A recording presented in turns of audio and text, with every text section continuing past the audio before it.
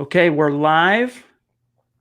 We're going to let this stream breathe just for a second. Make sure it's nice and stable. Welcome in, everybody, to the Huddle Up podcast, presented as always by Mile High Huddle, powered by Overtime Media. I'm your host, Chad Jensen, and with me, as always, my partner in crime, fresh off a couple of days off from the podcasting, from the mic. How you doing, Zack Kelberman? I'm doing pretty well, Chad. We had some news that finally happened this weekend. We get to talk about, sink our teeth into, and kind of distract us by, but it's always good to hop back on here. It's always my favorite part of the last couple of days, take a break. So happy to see you, happy to see our listeners again. Amen. And as per is the want of the football god, Zach, the news breaks on both nights that we're off. Of course. Universal law, Chad. Yeah. The same. It's just been the theme, but hey, you know, we've been champing at the bit to be able to break this down and get our thoughts out there into the universe. And we're going to get into that here in just a second. I want to welcome in everybody who's been hanging out in the room. Flippin' Booch, G.I. Jers, Bill, Terry, Sterling, Jordan. What's going on, guys? And for what it's worth, we are aware our listeners have done a phenomenal job. Robert Muhammad, what's up? King Hicks.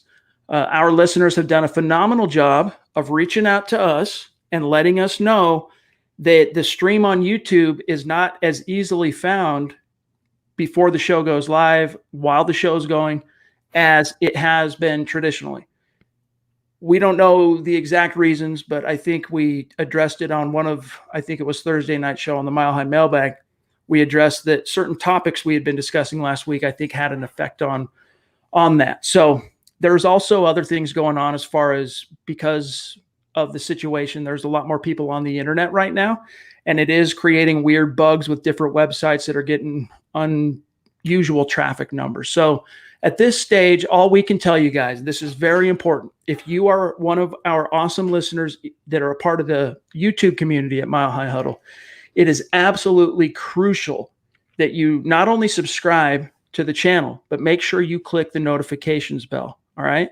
And that might result in once or twice a day, your phone will ping with a video upload that's a story upload.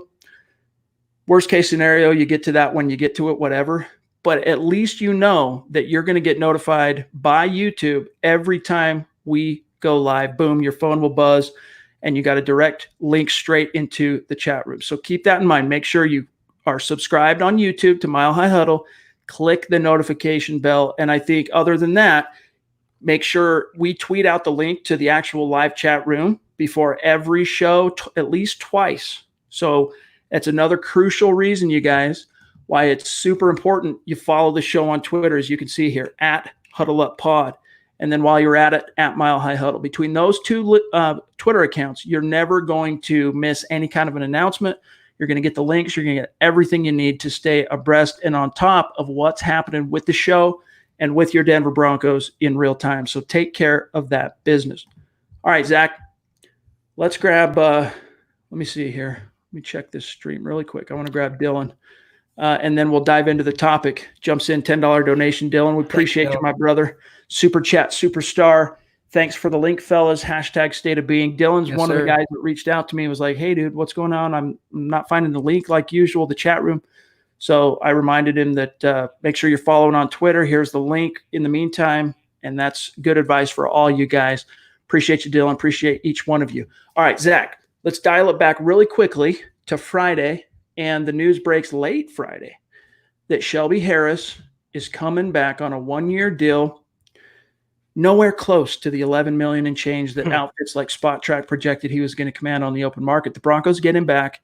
$3.25 million, $2.5 million guaranteed. Your gut reaction? It just shows that projections prove to be just that sometimes, Chad, which are estimated guesses. It's so unpredictable in the NFL, trying to pigeonhole a player into a certain team or a certain value. Once the Colts got DeForest Buckner, that was Shelby Harris's lone suitor, it seemed like, from the beginning. And once they got Buckner, they were out on him, and he had no other suitors. It was a surprisingly cold market. And like we've been saying, time could work to the Broncos' advantage. Better to be lucky than good sometimes. The more he was on the open market, the more his value was plummeting. To get him back, though, when he was projected to get $10, $11 million a year in a deep defensive line class, which also hurt him as well. $3 million, Chad, is nothing. That's a prove-it deal, and now you stack that defensive line. You have sub-packages with Shelby Harris, Jarrell Casey, Von Miller, Bradley Chubb, Draymond Jones. That is an opposing quarterback's nightmare. I cannot wait to see what Vic Fangio has cooking in his defensive scheme this year with all those pass rushers up front. Not just on the outside anymore, though, but on the front lines as well. Before that move was made for Shelby, both of us were really excited and impressed by the Jarrell Casey addition. Oh, yeah. Nice move to bolster the defensive line by bringing back Mike Purcell on a 1-year RFA tender. That was good. But the collection of, and either one of these guys as a starter was cause for concern for different reasons, whether it was Demarcus Walker, Draymond Jones, Joel Heath, one of the newer transplants that was signed to a futures contract at the beginning of this calendar year. All those guys, though, when you fill that spot with a bona fide starter like Shelby Harris, suddenly it takes on a completely different complexion in terms of you've got a legit D-line, starting D-line, and then the rotational pieces, you've got a good mix and match of proven talent and young guys still kind of coming up in their developmental curve. Both Jones and Walker can rush the passer. You can bring them in, put together different sub-packages for getting after that quarterback. So it was definitely good, but the flip side to that coin was Derek Wolfe had been patiently waiting for an offer from the Broncos, thinking that, it was eventually going to come. And when that Shelby Harris deal was announced, it was news. Derek Wolfe basically faced the facts. He never received a single offer from the Broncos. And he said, you know what, I'm going to take that deal in Baltimore, 1 year, $6 million. That happened both those moves happened within a 24-hour period. So, and we were wrong on that. And everybody in Denver media was wrong on that. If people were, setting odds or making wagers on which one of those two were going to come back based on what we were hearing before free agency opened, it was going to be Derek Wolfe. And of course, even as late as last week, we were telling our listeners, Shelby Harris, it's, what we were hearing, what we're being told, not going to happen. Everybody was surprised by the fact that Shelby Harris got re-signed, 1-year deal. And now Derek Wolfe, very bittersweet, because as Wolfe's leaving, he's getting replaced by a 5-time Pro Bowler in Jarrell Casey, but you're losing that fan favorite in Derek Wolfe. First of all, Draymond Jones would probably start about on a third of the teams in the NFL, considering his draft pedigree and what he brings to the table. But I wanted not for the Broncos to thrust him into a full-time starting role immediately. I wanted them to ease him into that role, into that job, to have a veteran in front of him. I love the Shelby Harris retention for that reason alone. In terms of Derek Wolfe, his $6 million deal, half of that was up front. It was 1 year, $3 million, $3 million more in incentives. So you're talking about a guy who didn't want to take a haircut. He didn't want to take a discount. He wanted to reap the benefits of being on the open market and being a free agent. He had to settle after all that time, after a career season in Vic Fangio's defense, for $3 million over 1 year. Just another case of a former Broncos player overrating his value. Happened to Will Parks, happened to Chris Harris Jr., happens to everyone that seems to go out the door, including Emmanuel Sanders, on the open market this year. So I wish Derek Wolfe well, but like I've been saying throughout the entire offseason, I personally would rather have Shelby Harris and to get him back for $3 million for 1 more year to steal. I'm torn on it because, Shelby, he doesn't have the health risks, injury concerns that Derek Wolfe does.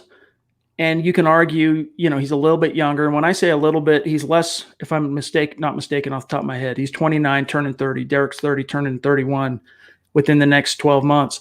So it's not that big of an age gap is what I'm getting at. Shelby Harris is a lot older than I think some fans realized. However, he has not been hurt. He's been available. He's appeared in every game that he's been on the sideline for since he's been a Denver Bronco, and that's worth something. And Derek Wolfe, for what it's worth, I think he's going to go to Baltimore, and I think he's going to have a really good season playing on that defense. Yeah, and it's just a matter of, can he stay healthy? And I really liked that after the fact, he wasn't emotional about it. He was still very complimentary to the Broncos as an organization, said Denver's always going to be my home. I'm going to leave for a year or two to go play where I'm going to play, but this is where my family is. This is where I met my wife. This is where I started my family. He said, this is where I became a man. And then, of course, all the achievements he had as a player, winning Super Bowl 50. Denver's his home. He's leaving short term. Do you think Derek Wolfe, Zach? Now, Chris Harris Jr., we've already addressed this. I think Chris Harris is coming back. Whenever he ends up retiring, he'll come back a few years after that to be enshrined in the Ring of Fame. Do you think Derek Wolfe ends up in that Ring of Fame? And this is a guy who's not, the accolades aren't there for Derek Wolfe. He's never even been to one Pro Bowl, no All Pros. However, he contributed to, the Super Bowl 50 championship, and he started all 108 games that he appeared in. Yeah, he's a great fan favorite, and he was a great player for Denver, but you just laid out the reason I think why he shouldn't be in the Ring of Fame, Chad. If the barometer is him contributing, then Brandon Marshall should be in the Ring of Fame as well for the Super Bowl defense. Derek Wolfe was a great player, but I don't think they're going to miss his personality. They have other players on defense now, like Justin Simmons, Bradley Chubb, Von Miller still.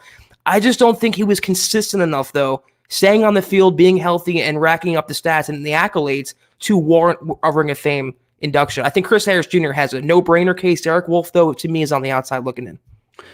I think that's fair, unfortunately. As much as I think some fans might not want to hear it, he just doesn't check enough of the boxes in terms of those accolades and accomplishments. And by the way, Edward, good to hear, my friend. I hope everything works out on that front. We were thinking about you in our prayers.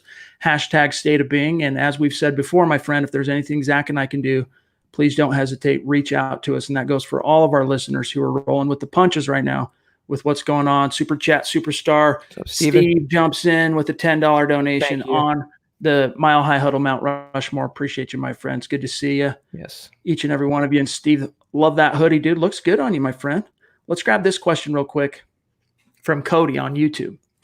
Is it possible that we could go after Jeremy Rice? Then you're talking about Chin, the nephew of Steve Atwater. I think he could be a good number 3 safety, especially because Coach Fangio wants to use 6 defensive backs more often. And that's probably an autocorrect, but he's talking about Chin. Chin is a guy, Zach, who before the pre-draft process really began in earnest, he didn't really have any draft stock, but he's risen up boards. I think the highest I've heard him projected is late second round.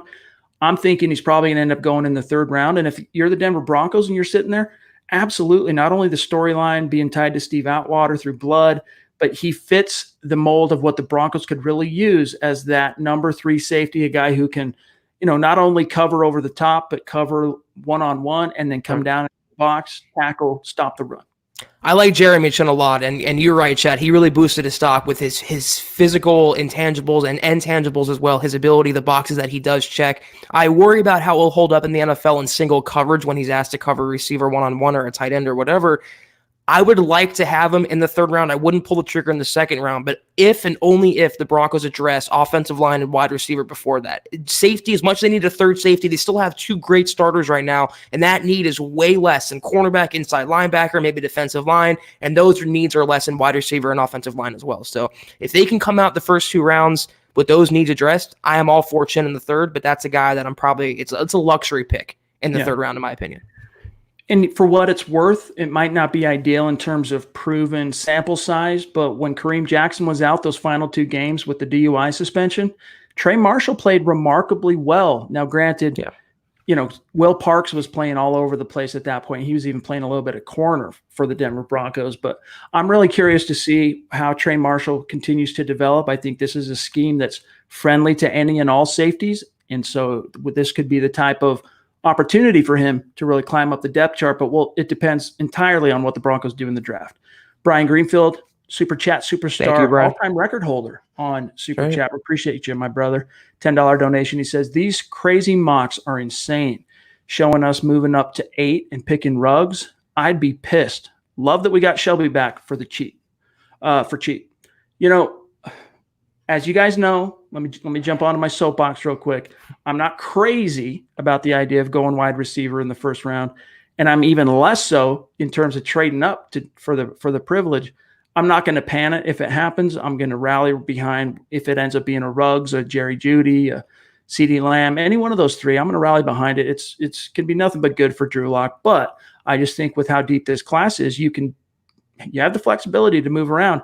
I don't know, man. If you moved up into the top 10, I got to imagine it's going to cost you at least 2 of those 3 third-round picks you have this year. Yeah. As much as I love Ruggs, I don't know that I go up to number 8 for him. That's a little rich for me. I go maybe 11, 10, 9, but 8 when you're talking about giving up 2 third-round picks or future draft picks for a player in this deep receiver class, I'd probably end up waiting. That being said, though, do not be surprised, Broncos country, if the Broncos do trade up. It seems like they're telegraphing their moves, Chad, leaving wide receiver as the only position they have yet to fill this offseason. And they're not going to make all 10 draft picks. They can actually save money by not making all 10 draft picks. They have 3 third-rounders. They have the ammunition. Do not be surprised, though, as much as we don't want it to happen. If it does happen this year, they move up for receiver like Henry Ruggs. Wanna Beast jumps in, the mayor of our YouTube community there. He says, does Demarcus Walker make the team this year, if there is one? I think there will be one. I really do. I do think it might, worst case scenario, might get delayed, but there will be one. I do think Demarcus Walker, because of his draft pedigree and the fact that he represents Zach, a second-round pick, he's going to continue to be given every opportunity to succeed. And even last year, Zach, when he did something to get in the doghouse. They didn't move on from him. They just sat him down. They just put him on the bench, even though he was contributing 4 sacks during a period of time in which those sacks on Vic Fangio's defense were precious and few and far between. They sat him down. They didn't get rid of him. I think this is one last opportunity to prove to the Broncos that there's some there and that he might be worth investing in long term, although I'm not predicting that. I'm just saying I think he will get the opportunity. Yeah, I'm right there with you. Draymond Jones will be the biggest benefactor among the younger players behind Jarrell Casey and Shelby Harris, but Demarcus Walker will get some run too. And just for the reason that you said, they want to give him one more chance in a Vic Fangio defense to see what he can do. And for my money, Chad, I think I'm a bigger Demarcus Walker fan than most. Whenever he's on the field, he seems to be around the football, making plays, making a tackle, getting to the quarterback, making a sack. If they can just harness that potential and be consistent with it, they can have something in him. So I think he will make the team and be a contributing role player in year 2 under Vic Fangio. Jason jumps in, $5 donation. It's been a minute since we've seen you, J-Bones. Good to see you. Appreciate you being with us and for the donation. Shelby Harris or Wolfe, you can only pick one if you could rewind time. I feel Casey will be a better vocal leader than Wolfe. And that may be true. You know, Wolfe was more of a kind of lead by example type, similar to Von Miller in that sense. Although I think that when Wolfe did open his mouth and speak, his teammates listened to him, but he's not the rah-rah type. He's kind of like, look, you got to be a man. You got to show up. You got to do your job. You'll earn my respect. I don't feel like I need to tell everybody how to wipe their own behinds, et cetera. That was kind of Wolfe's style. However, if you could go back in time, I think Zach and I end up answering this when polar opposite. I'm still taking Wolfe. Zach? Yeah. Shelby? Yeah, I mean, the thing about Wolfe and Casey, though, is that when Wolfe was being rah-rah, I feel like he rubbed his teammates the wrong way because, listen, you're always injured. You're never on the field with us. You're hurt. You're on the trainer's table. How are you going to tell me to be better and to take it out on me? Jarrell Casey is a guy who has the Pro Bowl recognition. He has the accolades. He stayed healthy throughout his entire career. He walks the walk and talks the talk, and I think his teammates will respond better to that. I'm still taking Shelby Harris. I wanted him to come back way early this offseason. I just think I like his potential more. I like what he brings to the table. And combined, like I said, with the rest of that front 7, Chad, it is absolutely lethal. I cannot wait to see it all in effect. Eddie on Facebook, he says, you guys are awesome. I always share your podcast on my Facebook group. Well, that's good to hear, bro. Appreciate you. Thank you. And that's one simple, easy, organic way that you can help support the podcast, is sharing it out there and letting your friends and family know. That's really cool. Let's grab Dan real quick. He says on YouTube, what do you think about trading to number 20 and picking Justin Jefferson? Now, Dan, are you saying trading back from 15 and stockpiling more picks and then picking Justin Jefferson? I don't know how much I'd really be down for that, to be honest with you, Zach. It would be a worst-case scenario if Ruggs and the big receivers were off the board and they didn't want Kinlaw or a tackle, then maybe I can move back for a receiver. But even then, I'm probably targeting a center like Cushenberry. I'm not targeting Justin Jefferson when I can get Mims in the second round. So I don't see it happening, nor I think do I want that to happen. Lane, welcome in, my friend. I'm glad that you're able to join us live. We appreciate the $2 donation on Super Chat. Hashtag State of Being. Tell us where you're at in the world, my friend. Buana, I'll be honest with you. I was never a big Seinfeld guy, so I'm the wrong guy to ask about that, Zach. I don't know if you paid much, if that was one of your shows or what. Yeah, when I was growing up, I was a little too young to watch when it was live, but Soup Nazi to me will always be a classic episode. That's I'll always rewatch that. So Seinfeld's a great show. That's probably the most famous episode of theirs. All right, let's grab George. $10 donation. Appreciate you, my brother. Thank you, George. Hope everything's going okay on your side of things too, by the way, Gio. Really happy we got Shelby Harris back. Sad we lost Wolfe, but at least it wasn't to KC or New England. And that's a good point, George, because there was buzz on both counts that he might end up defecting to Kansas City. We know that New England Patriots were interested in him. Baltimore, of all places, you have that one. The Broncos lost to Baltimore in the playoffs the year Baltimore won the Super Bowl with Trent Dilfer and Ray Lewis as first. And then, of course, the second time they won a Super Bowl, the Broncos lost at home in the divisional round. So, but still, you don't view them with that same level of antipathy that you do anyone in the AFC West, and then, of course, including the New England Patriots. Yeah, I think it's a good marriage for both sides. I think it's a good get for the Ravens to get a guy coming off a career high, a veteran for that defense, more pass rushing juice for $3 million guaranteed. And for Derek Wolfe, he joins a Super Bowl contender who has Lamar Jackson. So I hope he does well there. I have no animosity toward him, and I like the way he handled his exit from Denver. He's just got to stay healthy. Derek Wolfe is a baller. He's not J.J. Watt, but he is going to steadily get his work done, and he's going to make his impact. It's just a matter of fending off that injury bug. Stu McPeak, Super Chat Superstar. The best. Appreciate you. $20 donation, Stu. That means a lot right now. Hope everything's good on your side of things, my friend. It's good to see you. All right, let's see what else we've got here. Kenneth wants to know, would you rather have signed Melvin Gordon or use that money to sign Derek Wolfe? But, honestly, guys, I think our take on that. In that sense, I would rather have Derek Wolfe back. I guess on this specific issue, what's your answer? As much as I don't like Melvin Gordon, I'd rather have Shelby and Melvin Gordon. Shelby for $3 million versus Derek Wolfe, and it's one or the other. So I like the way it turned out, though I still hold true the Broncos did overpay for Melvin Gordon. Regardless of the either or, regardless of Harris versus Wolfe, they did spend too much for Melvin Gordon. There's also a very concerning statistic. This has been a viral story on milehighhuddle.com since last night. This was a tweet from Jason Fitzgerald, who is the man at overthecap.com. Quote, Zach, the Broncos are the only team in the NFL with more cap currently spent on running backs, $10 million, than wide receivers, $7.4 million. What is your takeaway from that fact, Zach? I mean, it's not too surprising because the Broncos are number one receivers on his rookie deal, and the receivers under him are also on the rookie deals or being low paid, like Tim Patrick, Deshaun Hamilton. If they get a Henry Ruggs, for example, that figure will change drastically. But that's what happens when you have Melvin Gordon, $16 million, almost all of that guaranteed, and you have a running back on his rookie contract already. So that one contract alone tipped the scales in one direction. That just show you the Broncos did, I think, invest a little too much in a running back like Gordon. And it also, as you said, it points to the reality, and it's something we've known since last fall. Ever since Emmanuel Sanders got dealt on the trade block, the Broncos need to add talent to the wide receiver pool. Cortland Sutton can't carry the water for everybody. Yes. You waited to see if either Tim Patrick or Deshaun Hamilton would emerge. And while Hamilton did have an impressive final quarter of the season, it was just kind of too little too late. They need to upgrade, and they will. Duke Rose jumps in. Super Chat, Superstar. Appreciate that $10 donation, my friend. Just representing the podcast fellows. Mile high salute. And to you as well, my brother. Appreciate you. Edward, you don't have to do that. We appreciate you, but you don't have to do it. You know that.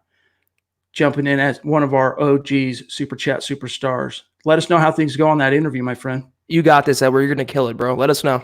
You will. Larry, appreciate the $5 donation. Jumping in on Super Chat. Says, why haven't we seen Prince Amukamara yet? Did it make so much sense that everybody just assumed that's what was going to happen, but never was? I think there's some truth to that, Larry, that idea that it was such a fit and an obvious fit that people basically rendered it a foregone conclusion. But what I take from this not happening is that the Broncos are a lot more confident in Bryce Callahan's return, and the fact that they got Devontae Bosby back in the fold. They're a lot higher and bullish on Bosby. I mean, look, the sample size was ridiculously small before he hurt his neck in week 5. But as of week 3, think back to last season, the Broncos are on the road. They're getting trucked by Aaron Rodgers and the Green Bay Packers at Lambeau.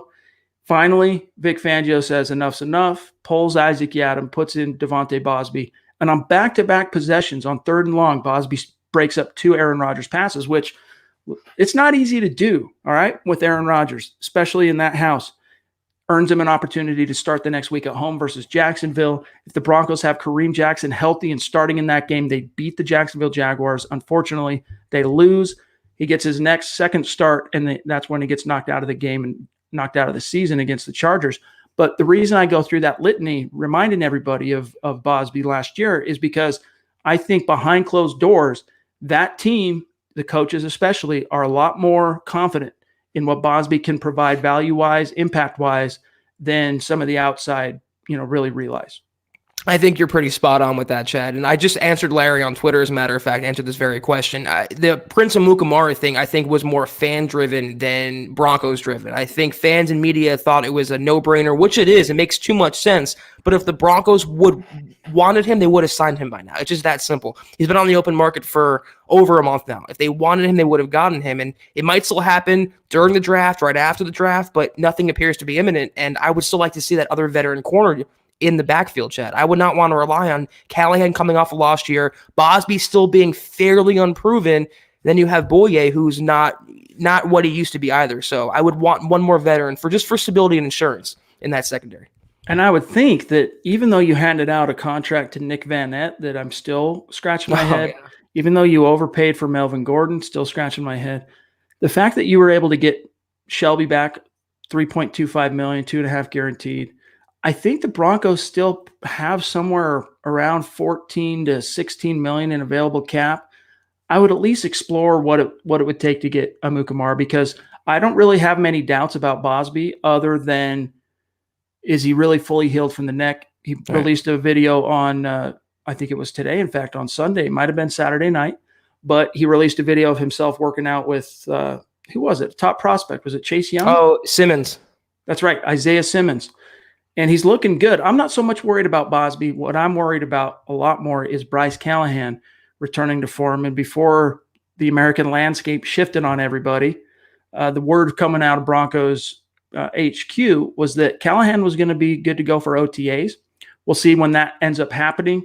Yeah. More time away is just better for Callahan in terms of resting that foot. So hopefully that's a positive thing. Terry jumps in up in Canada, $5 donation. Thank you, Terry. Appreciate you, Terry. Super chat, superstar. He says, Casey is going to be a beast for us. One more toy for Don Fangio's D, and we'll be humming. Stay strong, Broncos country. # football priest. # state of being. Terry proves it each and every podcast that Broncos country is not a geographic location. It is a state of being. And yeah, I mean, Zach, I think we're both really excited. And that was another thing for Casey. And that was something really cool also about Derek Wolfe on his way out the door. He said, oh, and by the way, Jarrell Casey's going to crush it in this defense.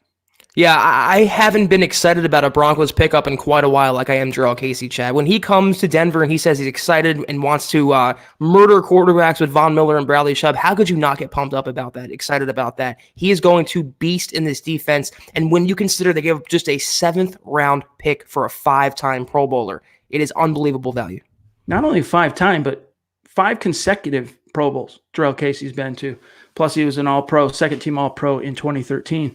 Glenn Hauser jumps in, super chat, superstar, $5 donation. Appreciate you, Glenn.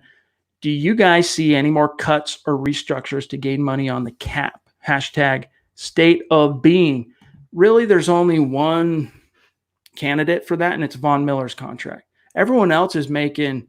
I don't have the cap pulled up and right in front of me right now, but to me, Von Miller's the only real candidate for that. So unless the Broncos felt the need to open up more money and that thus going to the table and asking Vaughn to help us restructure, I don't think it would happen. And I don't think it will happen because John Elway on Wednesday, was it Wednesday? I can't remember the day now. Forgive me. But last week, his last kind of final sit down with Broncos TV before all the team employees and executives were mandated to go home by the NFL front office.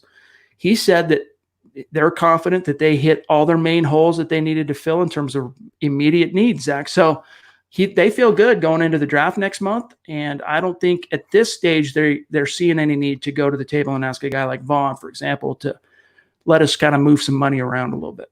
Yeah, that's a last resort option, and I wouldn't upset that apple cart just yet. I will add Jeff Hireman, though. That can clear about $3.8 million. And when they cut him, they don't need him anymore. He should be cut today. And also, if or when they re-sign Justin Simmons to a long-term deal, that will actually lower his cap number, which is 11.4 for this season, probably in somewhere in the $8 to $9 million range. So they can still get some more cap room as time goes along here, as the days go along. Jeff Cohn, Super Chat, Superstar, very consistent, crucial component, crucial member of our community on YouTube and on Twitter. Great follow on Twitter. $5 donation. Thanks, Jeff. He says, thank you. The defense will be legit next season. Hope to get more depth on the offensive line. If we get an elite wide receiver, this is a playoff team.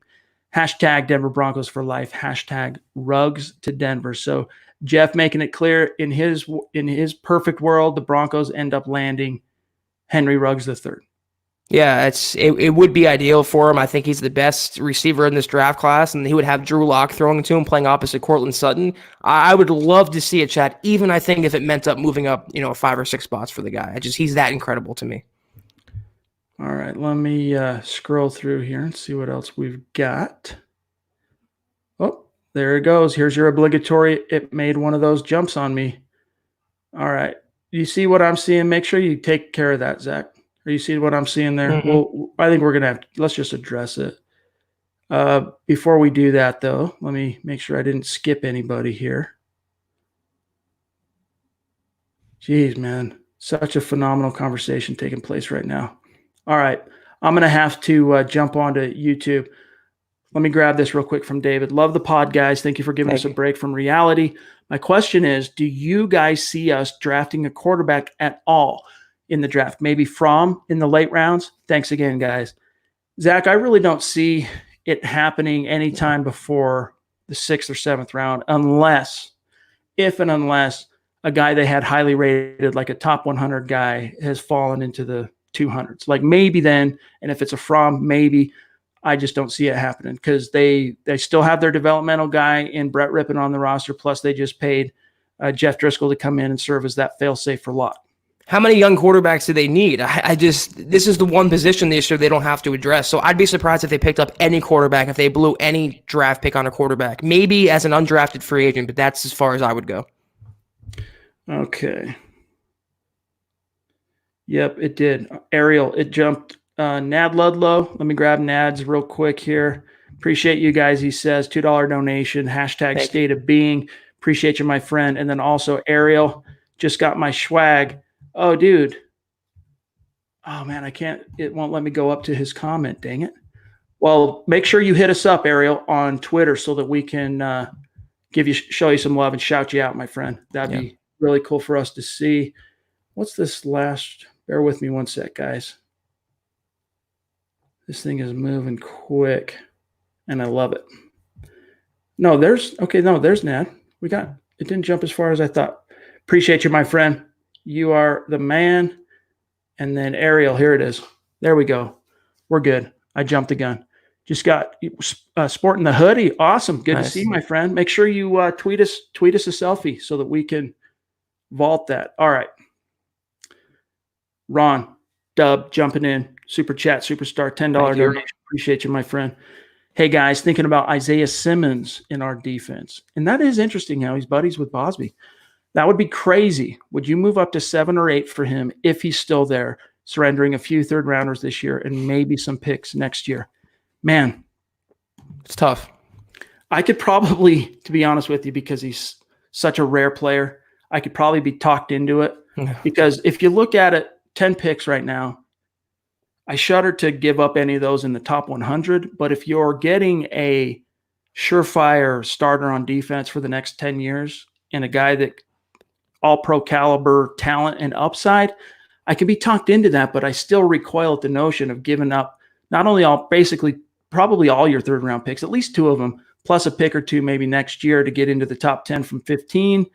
I don't have the chart right in front of me. I don't know exactly what that value is, but I don't know, man. It would have to be a really bulletproof argument, but I could probably be persuaded. He's that good of a player. I'll say it again, this is the only guy in this draft class I would move up into the top 10 for. He would just be phenomenal in Vic Fangio defense, take him to a new level. They wouldn't have the talent level collection like they would have with Simmons in the fold as well, joining Von Miller, Bradley Chubb, and the rest. I could probably be talked into it as well, Chad, though I wouldn't. It's not my first inclination to make that move. I want the Broncos to at least have 1 third-round pick and the bulk of their picks next year. But if he drops to 7 or 8, I'm having that conversation. All right, really quick, I want to address this. This is irritating me. we hate giving a platform to a troll. And it's especially bizarre when a troll trolls you by also supporting you financially, which is really bizarre. But no, this person commenting who's now been blocked, this is the second time we blocked them. So they're very motivated to get back into the comment stream. They're creating YouTube accounts left and right to get back in. That is not Zach's mom, you guys. So don't entertain them. Don't even, just ignore them. That's all you can do with trolls. And the only reason we're even addressing it now is the fact that this person is trying to pretend to be one of your football priest's mother, which is just not cool.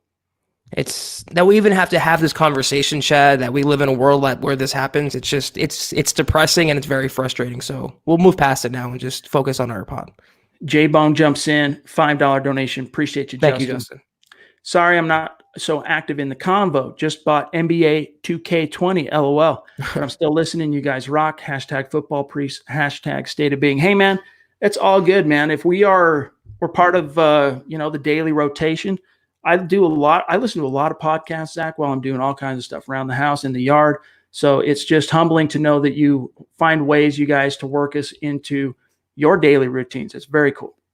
And anything, you can do to distract yourself right now, obviously Chad and I will, we'll co-sign on that. So enjoy NBA 2K. Let's grab Robert real quick here on YouTube. He says, if Wills or Becton are their top three wide, if Wills or Becton is there, top three wide receivers are gone. Do you jump or no? If the top three are gone at pick 15 and Jedrick Wills or Mekhi Becton, Zach, are there at 15, I'm probably taking Becton of those two, but I'm taking them and I'm not even thinking twice. Yeah, I'd think twice, but I'd probably lean toward a tackle. Becton, he can be a starter. I mean, he's a perfect developmental guy to have. And if the top receivers are gone, they don't want someone like Mims or Justin Jefferson. I could see that happening. Interesting question here from Cody C on YouTube. Could Drew Lock ball out next year and be a dark horse MVP candidate? It looks like they're going in on offense. Probably meant to say all in on offense this offseason so far. A really interesting point, though, Zach, because in the last couple of years, we've seen second-year quarterbacks just do phenomenal things in the NFL. In 2018, it was Pat Mahomes. Last year, it was Lamar Jackson. Could it be Drew Lock this year? Yeah, absolutely. I mean, no one saw Lamar Jackson coming this past season, Chad. No one saw Mahomes the previous year. It just happens out of nowhere. And if they get him a receiver like Ruggs and they build up the offensive line, he has the arm talent. I think he'll have the coaching this year to get it done. It can absolutely be the year of Drew Lock. At a minimum, though, I'm thinking he leads the Broncos to the playoffs or at least a winning season. In some degree, it is going to be Drew Lock's year. And I think at minimum, he'll get the Broncos back on the NFL map. Angela jumps in, one of our super chat superstars, very consistent. Appreciate you, Angela, with a $14 donation up in Canada. Late to the podcast, missed a few live, supporting the cause. Appreciate that, Angela. Wolfe leaving was sad, but understandable. Looking forward to the draft. Hashtag state of being. Appreciate you.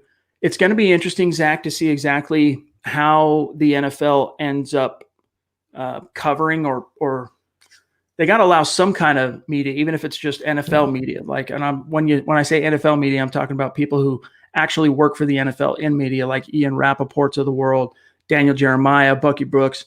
They're in media, but they actually get paid by the NFL. They're NFL.com, NFL Network. I got to believe that they're going to have to cover it some way. I mean, the TV channels are still going right now, so I think they'll figure out some way to cover that. But yeah, it'll be here before you know it. Even though right now it kind of feels like time has just stopped and everything is slowed to a crawl, it'll be here before you know it. April 23rd, Zach. Yeah, in some way we'll have a little normalcy with the draft. It's not going to be the event that we thought it was going to be, but they'll do something in the NFL to maintain as much monetary value as possible. So they'll allow, I think, essential personnel, whatever they deem that to be, and we'll have the breadcrumbs, the rough template of what we know the draft to be as well. So at least we're getting that on schedule right now. So at least that wasn't pushed back.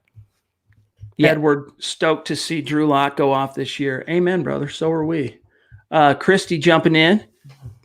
$10 donation. Appreciate you. KR. Keeping on. Keep on keeping on. Love. Go Broncos. Same to you and each one of our awesome listeners. Christy, appreciate the donation. Seriously, that means a lot to us. Let's grab Big Molly on Twitter, on Periscope. Do you guys think Denver gets a middle linebacker at 15 instead of a wide receiver? The problem with that is that depending on how you view Isaiah Simmons in terms of his specific position, his best position, there's not really any other slam dunk first round off ball linebackers. Patrick Queen from LSU is an option, but really I'm seeing him mocked late first, early second round. I know I'm missing someone though. The kid Murray. from what's that? Kenneth Murray. Yes, that's who I was going to say. He's also in consideration, but I don't honestly love either one of those guys enough to take him in the top 15. I'm looking at maybe second round if one of them are there still when the Broncos go back on the clock. But Akeem Davis-Gaither from Appalachian State, that's my sweet spot. That's my guy. And even if that meant taking him in the second round, he might be worth it, but he's probably there in the third round, Zach. Yeah, I happen to like Kenneth Murray, but it's not a guy I take at 15. That, we talked about Justin Jefferson moving back for him. That's one guy, Murray, I wouldn't mind the Broncos moving back for in a worst case scenario. I would not mind that in the 20s somewhere, but I don't think it's very realistic. They have 2 starting inside linebackers now. It is not a more pressing need, Chad, than wide receiver or offensive line. So they'll go with those areas, I think, first and then attack inside linebacker. Good to see you, Darko. Thanks for doing these podcasts. Makes our life easier. Regards from a Bronco fan in Guadalajara, Mexico. And if I'm not mistaken, Darko, you're also a drummer, right? We chit-chat on Facebook. Good to see you, my friend. Cody C. Mile High Huddle is single-handedly getting me through this quarantine. That's awesome. Appreciate you, my brother. Thank you. All right, let's see what else we got here. Holden wants to know, any chance we draft a punter, Mann or Charlton, in the 6th or 7th rounds? I believe either one could be a huge pickup for us. Before they made that move to sign Sam Martin, I would have said absolutely 100%. But now you're tied into guaranteed dollars on a punter, and you just don't carry 2. That's just not something you do. Even on your practice squad, it's rare that you see an NFL team, unless there's some kind of problem brewing at the position, like a guy's on his last legs, he's on thin ice with the coaches. Now at this stage, it's not even worth it. It's not even worth the draft pick, and it's not worth even bringing him in and paying him the signing bonus to get him into camp. Like, I just don't see it happening now, Zach. We talked about this on a previous pod where the Broncos are overcompensating for their lack of experience last year with their coaching staff, with their players, and I think punter's not an exception either with Colby Wadman. They have a veteran now in Sam Martin. They gave him a multi-year contract. They gave him some guaranteed money. He is the punter for 2020. They're not going to burn a draft pick on one. They might sign one as an undrafted free agent. I don't think they're going to burn a draft pick on a punter. Ben Roth on YouTube says 1043 The Fan proposed a scenario of Ruggs in round 1, Biadasz in round 2, or Andrew Thomas in round 1 and Rager in round 2. Which scenario would you choose? Honestly, that's a tough one. But to stay consistent, I'm going to go with the second one. Andrew Thomas round 1, Rager in round 2, and I think Rager will be there in round 2. Ruggs, I understand why everyone loves him, and don't get me wrong, it'd be great to see him in the orange and blue. But how big of a drop-off do you have between Ruggs and Rager when it's all said and done in terms of, if you look back on their careers in the NFL 15 years from now, how big of a difference is it going to be? Only time will tell. But I like the second one there. Yeah, the thing is, Thomas, you wouldn't be necessarily getting a day 1 starter, whereas Biadasz, you'd be getting a day 1 starter at center on top of getting Henry Ruggs. So that's where I like that value, getting that 1-2 combination. That being said, Biadasz in the second round is a little too rich for me. I think he's a third-round prospect. Broncos get him there, great, but I'm going Ruggs, getting your starting center, you have your right guard in Glasgow, and shoring up the offensive line in entirety. All right, let's see what else we got here. Crime Guard AZ on Twitter says, if this draft is deep at wide receiver, let's get it in the second at more move up, is what he's saying, for Simmons in the first. Maybe.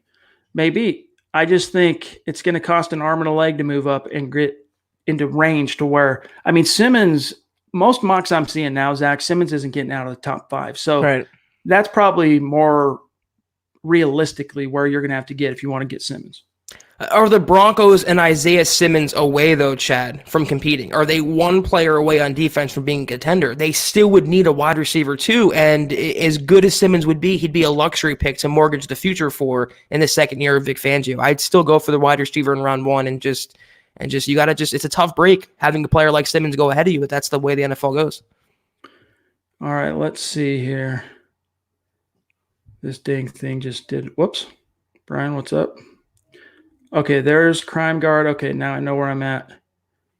All right, bear with me one sec, you guys.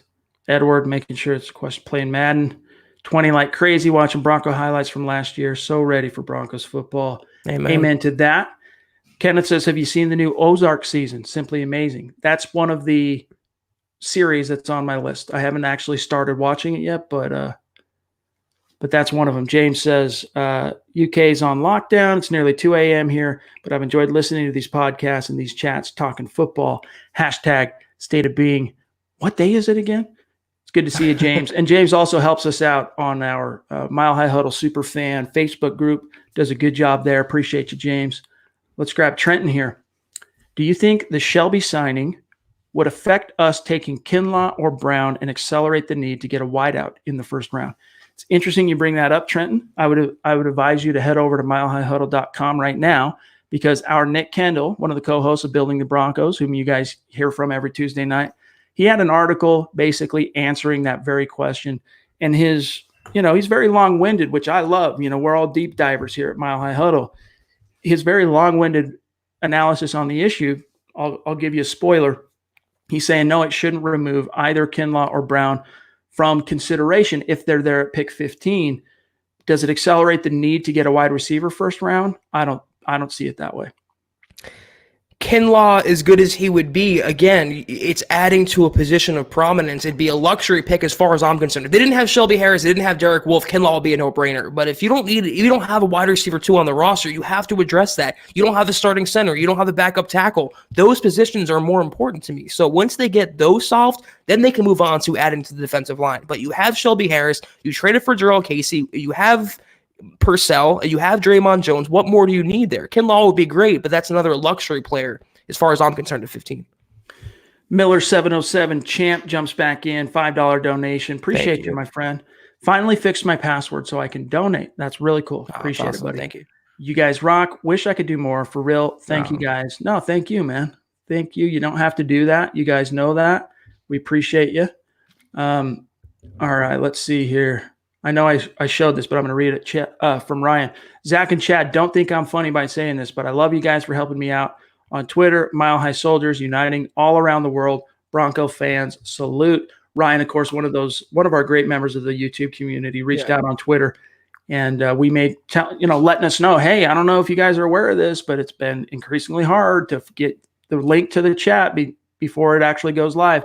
Another thing, before I forget, on that topic, just for the next little while till things kind of stabilize on YouTube, I'm going to also start posting the link. It's going to go out. The YouTube link's going to go out on Twitter at least twice before 6 o'clock Mountain, 8 p.m. Eastern every day.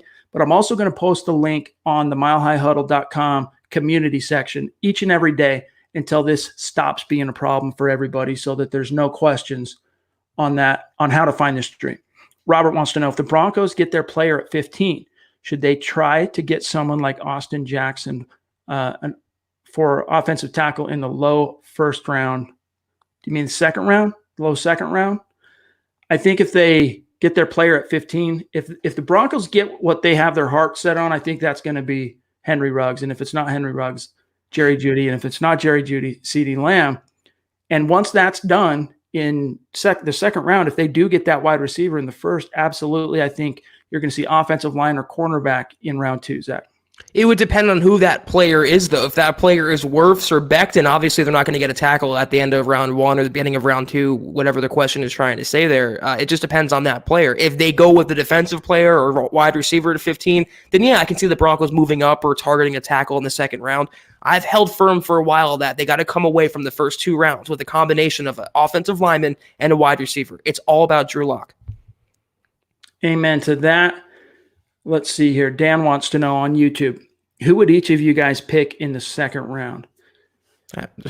Just there are some options that I think could slip to the second round that I would love to get in the second round, like Lloyd Cushenberry, the center from LSU, maybe Cesar Ruiz, the center from Michigan, maybe Lucas Niang, who is an offensive tackle prospect from TCU, who, if he hadn't suffered an injury late last season, is probably a surefire first-round pick, but now can be had in the second round. However, you got some injury concerns because he is coming off of a surgery.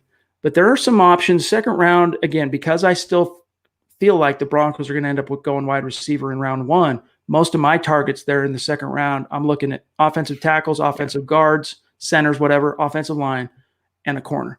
Yeah, you named the guy for me. Cesar Ruiz in the second round would be my ideal. It'd be a starting center, plug and play. Wide receiver, I want to add just Denzel Mims. I don't think he'll quite be a first-round prospect, but in the second round, if they don't take a receiver at 15, I am running to the podium, whatever, how they do it in the draft this year, and getting Denzel Mims. And Justin Jefferson's another one of those likely to drop to the second, as is Brandon Ayuk from Arizona State. They're going to, and let's not forget, of course, Chenault from CU. So there are going to be some options there, wide receiver-wise, if one of the top 3 are gone by the time the Broncos pick at 15. Shadif jumps in with a $2 donation. Appreciate you, my friend. If Simmons is on the board at 11, do we go get him?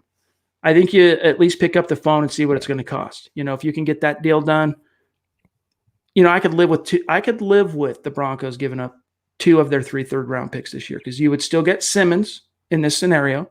You'd still have your second-round pick, and you would still have 1 third-round pick in 2020. I could live with that. I'm just not sure that would get the deal done, Zach.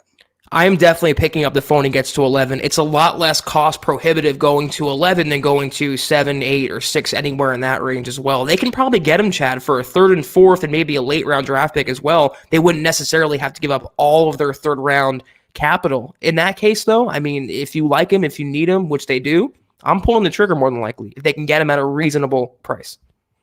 Appreciate you, Terry. That's funny. And indeed to that. And true, too. Thank you. All right, guys, we're starting to run out of time. So let me just see what we have here. I want to make sure I'm not skipping anybody. Ariel, $5 donation, jumping back in. Appreciate you, my friend. Guys, the company I work for laid off 73 people, including you, because of what's going on. This is the last super chat for a while. Hashtag state of being, hashtag Broncos. Ariel, we're really bummed to hear that. Help is on the way. We know that that's coming from the government here very, very soon for Americans, both single and married. Just know where your help's at, and if there's anything we can do, make sure you reach out to us. We appreciate you, my friend. Our thoughts and prayers are with you and all of our awesome listeners out there who are going through uncertain times right now. And like we tell everyone else, you don't have to take care of yourself, Ariel, right now. To, use that money for your own benefit, take care of your family, and just know that the tide will turn and everything will go back to normal relatively soon. It might be a little bit longer than any of us want, but it's going to happen, guys. It's going to happen. Dylan jumps in and says, hey, God bless, guys, especially for raising that money the other day. You're a true priest. We have a lot of bank and picks to do what we want in the draft. What offense and defensive players do you pick? On the defensive side, I'll give you one name that I really like that I think we've talked about a couple of them here today, including Jeremy Chin, the safety, including Akeem Davis-Gaither, the linebacker. I want to remind you of Jeff Gladney, the corner from TCU, is a guy that I'm very intrigued by, that I would love to see in a Fangio defense. Offensively, Zach, I think we've named a few of them that we all like in terms of which wide receivers, offensive line guys we like. But unless there's anyone you've missed that you want to mention, Zach. No, I think we covered it. Obviously on defense, Kinlaw. And I'm a big Kenneth Murray fan myself. Not at 15, but I think he's a surefire first-round pick, and he would look pretty damn good in a Vic Fangio defense. So I think we covered the whole lot, though, Chad, among realistic options at 15. Holden wants to know, are GMs allowed to still call or video chat with draft prospects since they can't bring them in? Once the draft takes place, yeah, I mean, that's the only way that they're going to be able to communicate with their draft picks. As far as ahead of time, I'm not sure on that, what the rules are. I mean, I'd have to circle back on that. But yeah, you can guarantee that's what's going to happen on April 23rd when prospects start getting picked in the draft. They're going to be on the phone talking to their teams. They're going to be video chat. They're going to be doing hangouts until that they can get together in person. All right, let me see what else we've got here, guys, and then we'll call it a night. Shadif jumps in again with a $2 donation. Thank you, Shadif. Denzel Mims ran the fastest 3-cone and a 4.3840. Yeah, Mims is a really intriguing prospect, and I'm with Zach in that I think he still ends up slipping just outside of the first round, but it won't surprise either one of us to see him go in the first round. It's just, how many wide receivers can you take? How many wide receiver needy teams are there? There's limited spots in that first round, I think, but it wouldn't stun me to see 5 wideouts, Zach, going round 1, including Mims. he would be a surefire first-round guy if it wasn't an historically deep draft class. Let's make that clear. He is a great talent. He's going to be a great NFL pro, and I'd love to have him on the Broncos. If they can get him in the second round, even better. David Kilgore jumps in, $15 donation. Thank you, thanks, David. Appreciate it. That means a lot to us, my friend. Have you guys heard how the draft will go this year? Are the players going to be there, or is everything going to be done over Zoom? Yeah, so no, the players are not going to be there. What we know for sure, no media. And by media, like outside media. We're really curious to see how they're going to end up presenting it in terms of coverage, because they're not going to pass up on the opportunity to televise it somehow. That's going to happen. NFL Network's still going. That will happen. We don't know exactly, but guys like Zach and I in media, we had it all set up with credentials, and we were going to be there in Vegas. Where we're going to do meet and greets with our listeners and the whole 9 yards. Guys like us, that's canceled. It's not even happening in Vegas anymore. So we don't know exactly how that's going to play out, David, but what we can tell you is no players are going to be on site. It's all going to be done over the phone, video chats, TV, long distance.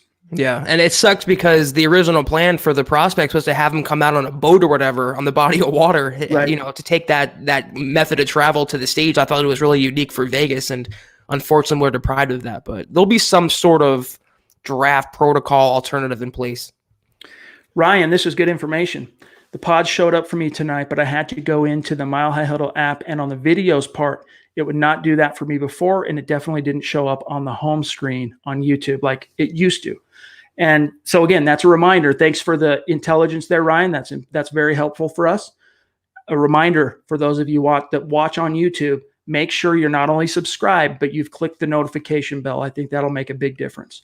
Our friends at Discount Audio and Wills, DA Dub jumps in with a $5 donation. Thank you. Super chat, Appreciate superstar. Much obliged. He says, with Harris in the fold, what does that put us on the cap? Give Elway some props. Been out for a few casts, had to close my shop for 30 days. Go Broncos. Man, that's terrible to hear. I think that I maintain the optimism, though, for you that once this cloud passes, it's going to rubber band, whatever you want to call it, boomerang right back to how things were in a pretty significantly short period of time. So stay positive, my friend. And our thoughts and prayers are with you. If there's anything you need, reach out to us. Zach, I don't have a for sure number yet, but I think it's going to be around 14, 15 million is what the Broncos are sitting at in cap space currently.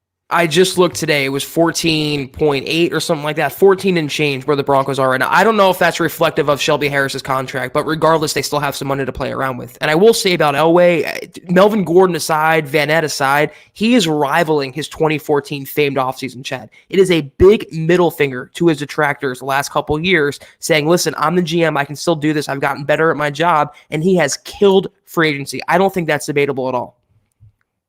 Yeah, he's done a good job. I mean, they've filled holes. We could pick nits and pick bones on every little move, but I think overall he's done a really good job taking care of those immediate dire needs. There's a couple of points in the road that I could pick nits and debate whether or not it was the right decision, but overall, did the Broncos improve? Yes. Justin Ansell jumps in with a $20 donation. Wow, thank you, Justin. Means a lot. What's up, guys? Ready for my move to Denver for In-N-Out. Come get a burger. Are you opening a In-N-Out in Denver, Justin? If so, that's really cool. What's the legitimate reason we didn't offer Wolfe if he was only guaranteed $3 million? The only explanation, Justin, is the Broncos know better than any other team out there his true medical jacket. They've been there through the whole process, right? Since he arrived in the league in 2012. The only explanation is that, to be honest with you, because he's saying they didn't even make an offer. Now, does that mean that they didn't check with him and see how things were going? Talk to his agent about what they're looking for? I'm sure they at least did that, right? I'm sure that was at least one call to Derek Wolfe's agent to see what they're after. But no offer came. And the only explanation, especially Zach coming off of a season in which he had a contract or a career year in sacks. Think about it. If Derek Wolfe doesn't get hurt in week 13, he left with 7 sacks. There's a chance he reaches double digits. He was a perfect fit for Fangio's scheme, which is why I was so surprised he ended up not even getting an offer. But it's only because of that injury history that he has that. Reading between the lines based on his comments earlier this offseason, it seemed like he really was pining for a lucrative long-term contract from the Broncos with high guarantees, and they told him basically, kick rocks. We're not going to give that to you. We'll give you a one-year deal, which the Ravens gave him, and he wanted to explore his wares elsewhere. And I think as he did that, they said, okay, forget you. We'll turn our attention to Shelby Harris, and they got him back for about the same cost as Wolfe went to the Ravens for. So I just didn't think it was a mutual interest between Wolfe and the Broncos to come back for 2020. All right, guys, that's got to do it for tonight's episode of the Huddle Up podcast. Let me remind everybody, make sure you're following the show on Twitter. We tweet out the links each and every day, whether it's Huddle Up Pod. Now, it's Huddle Up 4 nights a week, right? And you got Building the Broncos on Tuesday nights, and you got Dove Valley Deep Divers doing 2 pods Friday and Saturday nights. Each and every link we tweet out from the Huddle Up Pod account and at Mile High Huddle. So make sure, worst case scenario, until things quit being ski-wampus on YouTube, that you're following, because you're going to get the links there, both at Huddle Up Pod and Mile High Huddle. And while you're at it, make sure you follow my partner here, Zack Kelberman, at Kelberman NFL. You can find me at Chad and Jensen. And then also I want to continue to encourage everybody to head over to milehighhuddle.com and keep this conversation going in our community section on the website. So many of you have begun to do that. The comments under every article, it's phenomenal. The community is really taken off over there. But again, that's another way to keep this conversation going. We're hanging out on that site all day long. If you guys want to talk to us, engage with us, that's where we're hanging out. I probably spend about 10 times more of my own personal time hanging out at milehighhuddle.com than I do at Twitter or that I do on Facebook. So if you guys want to keep that conversation going, that's a easy way to do it. And otherwise, make sure you're following us on Twitter. And we're always looking forward to talking to you guys. We will be back in the saddle tomorrow night, the usual time, 6:15 Mountain, 8:15 Eastern. And until then, Zach, have a great start to your week, my friend. You as well, Chad. I want to just point this out there for our listeners. Anyone who's struggling right now, Kenneth points out that Instacart, the app, is a good way to make money. Anyone who's laid off or looking to pick up a little extra money right now. Also, Amazon is looking for workers, so you might want to check that out. People like Ariel, anyone who is going through an employment difficulty right now, there are alternatives out there to help you guys out. Also had a listener reach out to let me know. I'm glad you showed that tweet or that comment from Kenneth, because I also had a listener reach out and let me know that if you're in Denver area, the Savers is hiring right now. Oh, grocery stores are a great place to look. Any kind of supply chain opportunity, those places are scrambling, looking for help right now. So there are opportunities out there, you guys. And as we hear about them, and thank you for that, Kenneth, we will, of course, pass them on to you, our phenomenal listeners, and a mile high salute to our Super Chat superstars. Appreciate you during this time, especially. We're going to get out of here for tonight, though. We'll see you tomorrow, same time, 6:15 Mountain, 8:15 Eastern. For Zach, I'm Chad. We'll talk to you guys then. Keep your chin up.